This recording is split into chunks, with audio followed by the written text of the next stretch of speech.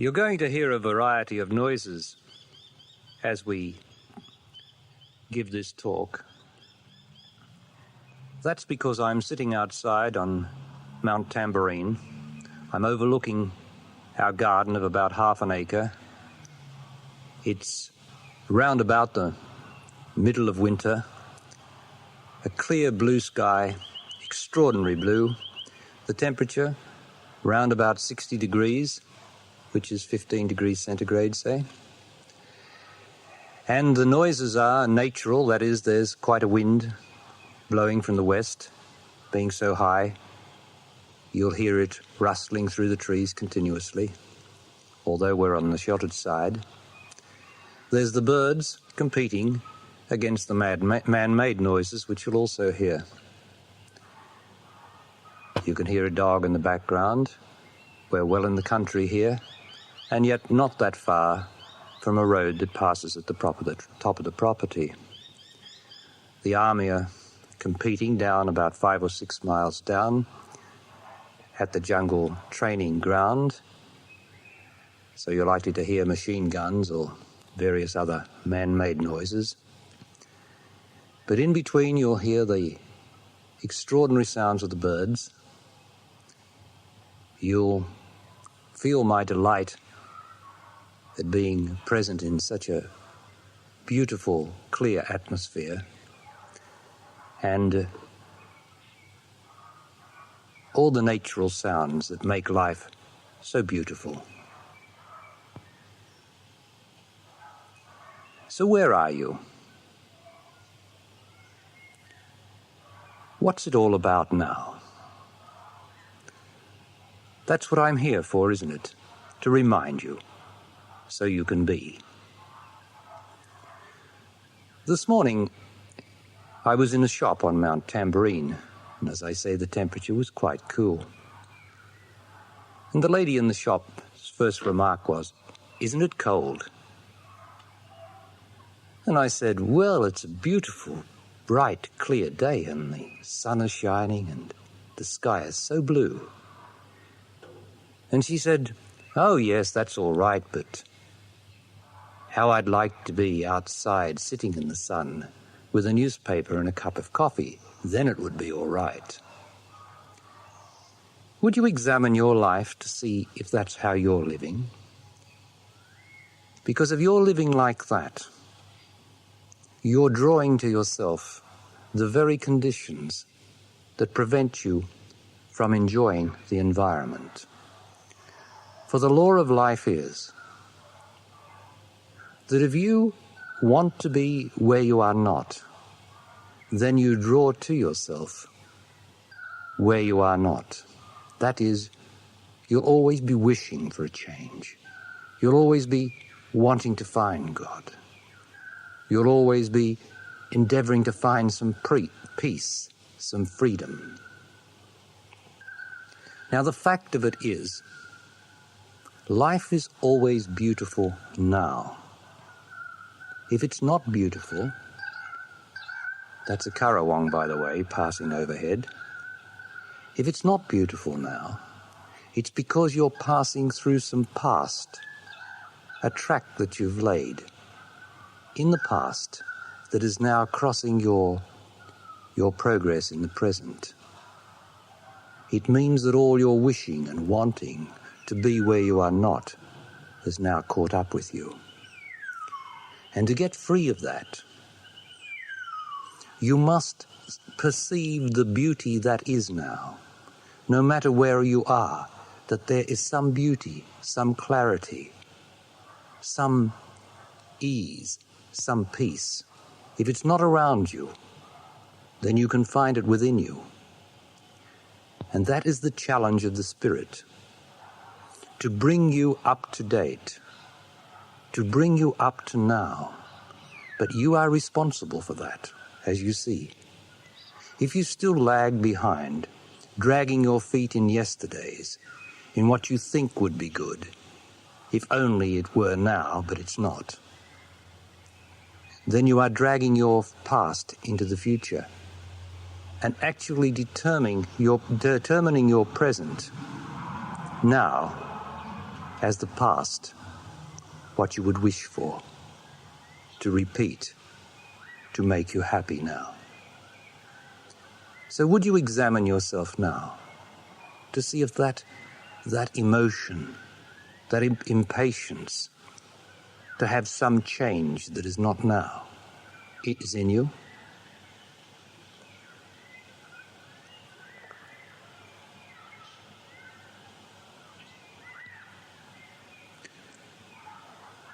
I'm now going to talk about presence and being.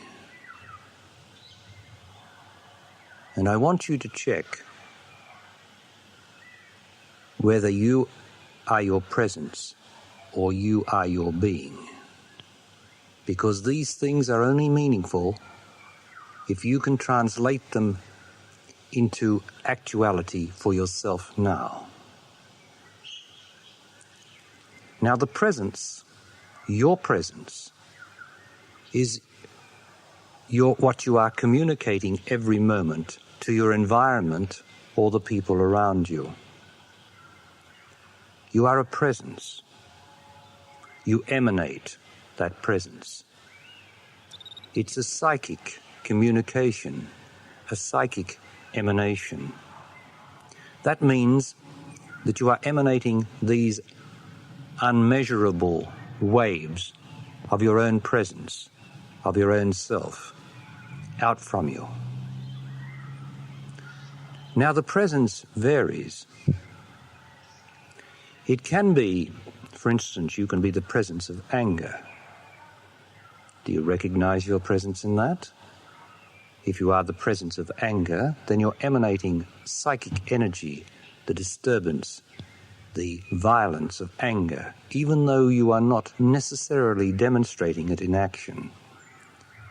And so you emanate that to the people around you, your children, your partner, and even the natural animals and fauna around you, and flora. And that decides, you might have noticed, whether the dog that you go to pat or walk up to, whether he bites you. That depends on your presence. If your presence is one of ease, of one of lacking in impatience, in haste, then you are more likely to be able to go up to some natural creature. And as long as you are consciously present by feeling your own stillness, your own easiness, that animal will receive that easy, natural, harmonious presence and will not flee from you as readily. You can demonstrate this to yourself, and I suggest that you do. Now, another presence is also guilt. Guilt is a black presence, like mood is a black presence. And if you are guilty and trying to put on a brave front or a bright front, then you are still emanating psychically your guilty vibrations. They go to your children, they go to your house, they go into the walls of your house. For everything is psychically stored, you see. It's not just what science thinks it is. And then out of those walls, out of your children comes back to you your own psychic presence reflected from them. And so you resonate to your own dullness, your own lack of creativity, and so you feel bored. Now that's how it works. What you give out comes back to you. That is presence. What is your presence at this moment? Can you feel it? You feel the pressure or the emotion inside of you. If you are wanting, for instance, without necessarily knowing what you want, there's a certain pressure in wanting. That is your presence. You're emanating that. If you are moody, unsure of yourself, feel it. You're emanating that. And that is drawing to you the circumstances that that emanation represents.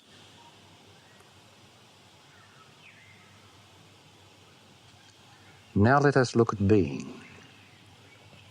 Being is one. Being is unity.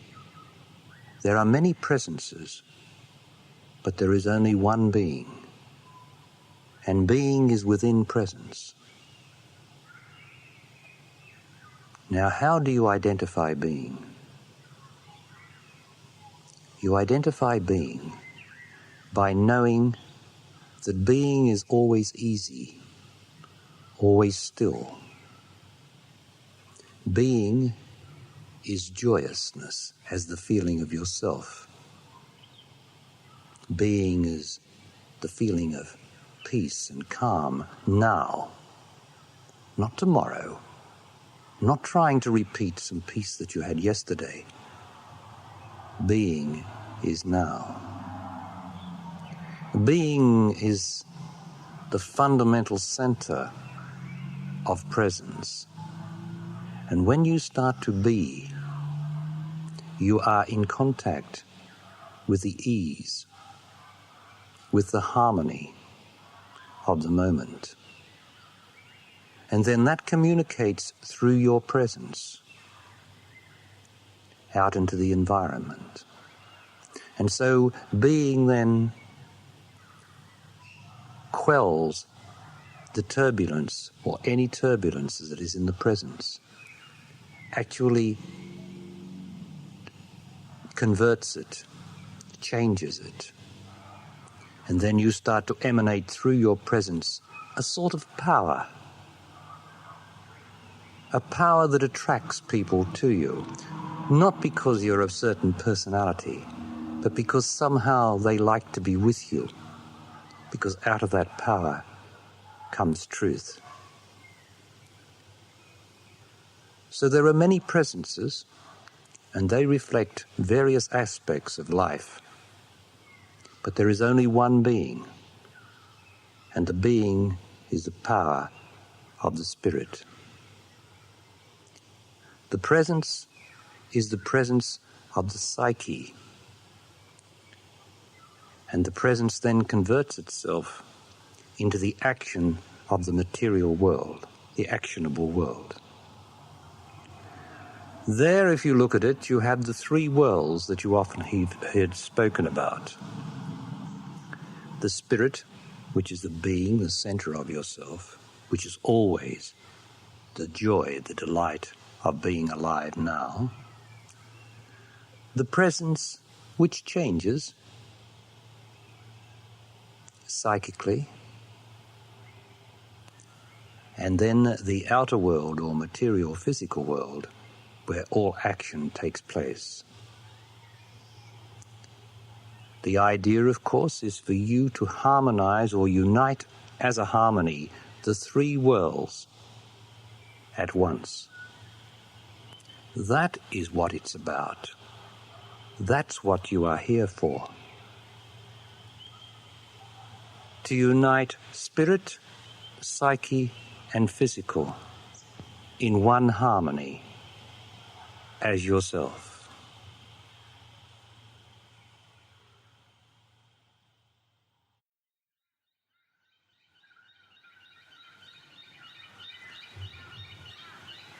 Listen to the birds.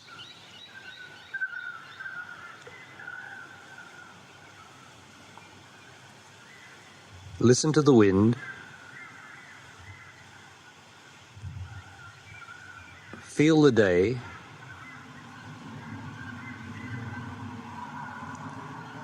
See the space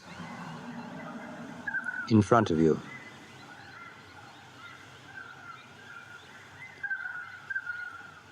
I was talking about the three worlds, and that your task is to unite them now.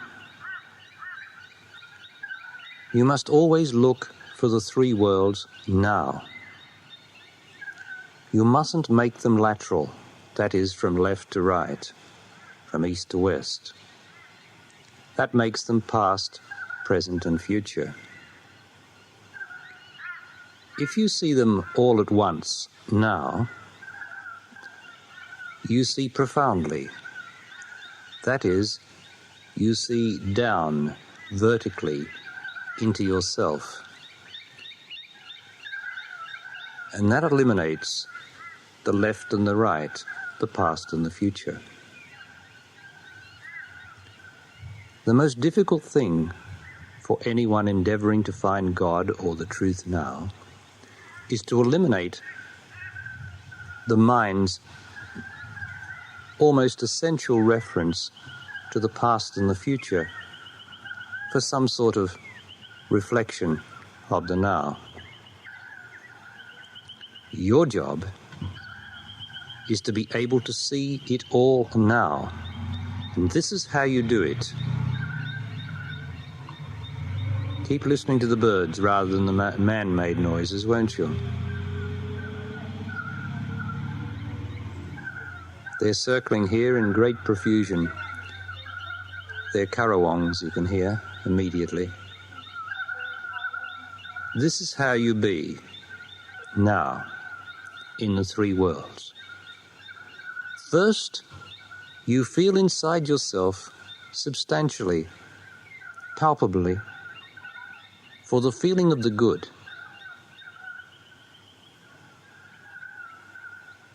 You feel it inside of you now, the good. It's good to be alive, isn't it? So feel it now. The good can be expressed as joy, well-being, the feeling that it's good to be alive. That is the beginning of being, and that is now, isn't it? There's no past about that. It's now. And being is utterly still. It has another aspect, being, and that is clarity. So even if you weren't feeling the delight of life now, you can feel sometimes the clarity of being now. They are the two modes of feeling, the feeling of good, and the clarity of being able to see the good. There's feeling, and there's the perceiver, clarity. When you are being clear, being clarity, there is no problem. You can actually see clearly and know that you are seeing clearly. And when you're in that mode, you might not have any feeling, except that you know you are free now. Now that is all being now.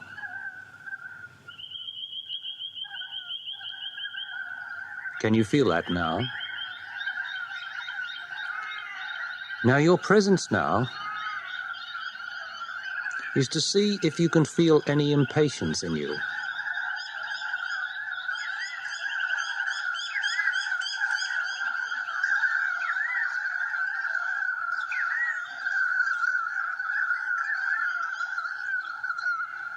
You have the good, the well-being. Now you feel within that if there is any pressure of impatience, any disturbance, any wishing that you were somewhere else, any wanting to be somewhere else. That's how you distinguish your presence while you are being. And in doing this, you start to bring greater being into your presence.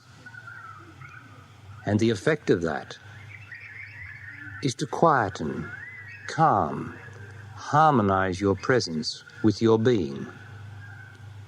Because finally, the psychic being that you are will be harmonized with the spiritual being that you are. And when spirit and psyche, or being and presence, are in harmony, They are certainly two levels of yourself. They are different, but they are the same system because they are in harmony. In other words, there is no duality. So always endeavor to feel the being first. Then feel the presence. Because when you are the presence of guilt, for instance, it means that you are not in harmony. But if you can feel being, that is the well-being in yourself, the ease and calm, and at the same time feel the disturbance of impatience or guilt or anger, then you are bringing your presence into harmony with your being. That is the spiritual process. So no matter how moody or depressed or impatient you are feeling, you'll know that if you can get under it and feel some good in you, that you are actually performing the spiritual life. You are making yourself better, not as an improvement in the future, but as an improvement taking place now. And that's the difference between the left and right-hand way of living and the profound way of now.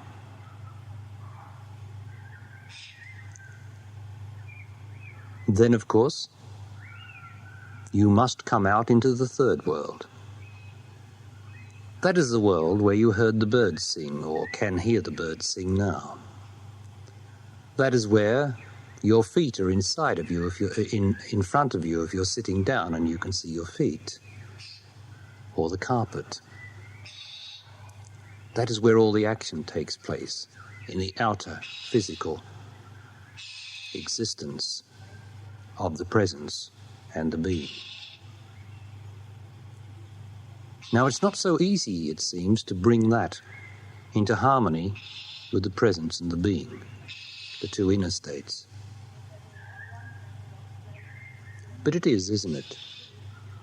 Have a look at your situation now. You can feel the being, the good, the calm, the ever-still presence and clarity of the perceiver in yourself. You can feel the presence of yourself, what you're psychically emanating, even if there's a little wanting or disturbance in you, or guilt or mood. And then you can see where you are, in the room or wherever you are. You can be there, for the room represents the action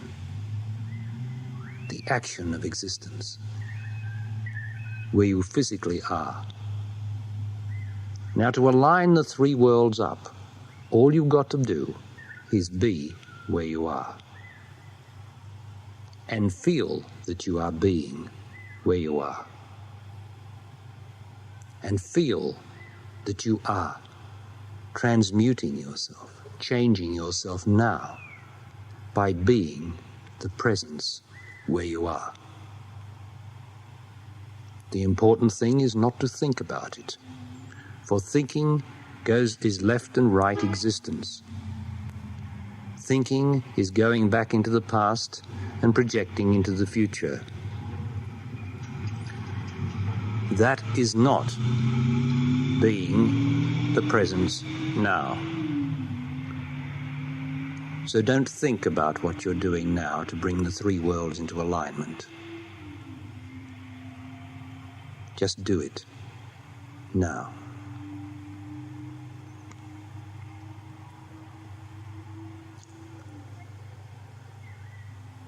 I had dinner in a restaurant in Sydney the other night. At the tables around us were couples and parties of 4 and 6 people, and one party of 8. They were eating, and they all had some wine on the table.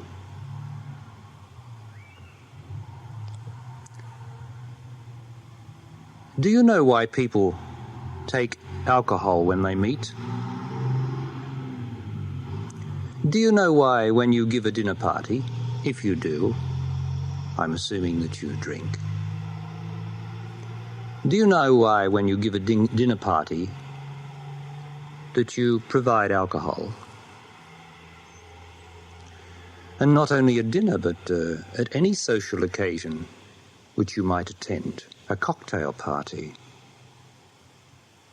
a wetting of the baby's head to celebrate the birth of a child.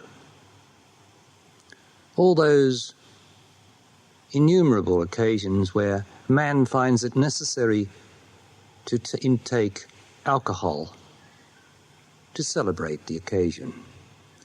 Do you know why it's done? Will you see if this is the truth? Wherever alcohol is produced at a table or anywhere, it means that the people are not going to talk about life, love, truth, God, death, or reality. It means that the conversation is going to be utterly superficial. Why is this? Because when two people confer or talk together in a relaxed situation, if you don't talk about God and life and truth and the rest of it, you've got to introduce some spirit between you. And to enjoy yourself, there must be spirit. To be relaxed, there must be spirit. For what is this thing that we are pursuing or endeavoring to find within ourselves if it is not all good, if it is not relaxing and entertaining and fulfilling and all the rest of the adjectives that would describe that most good? When you talk between you of God and life and truth and love and death, which is life, you don't need to take in a substitute spirit, because that is the spirit that's talking about the spirit, that's being the spirit.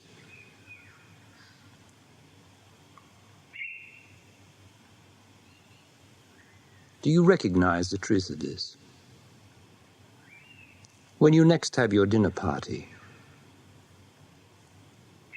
you'll know why, won't you? You're bringing out the bottles. You'll know you're about to talk about nothing that matters. You've turned your back on life.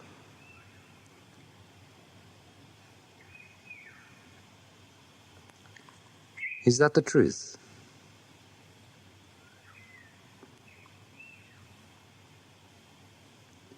Perhaps you'll look at it. There's nothing wrong with drinking alcohol, as long as you know why you're doing it.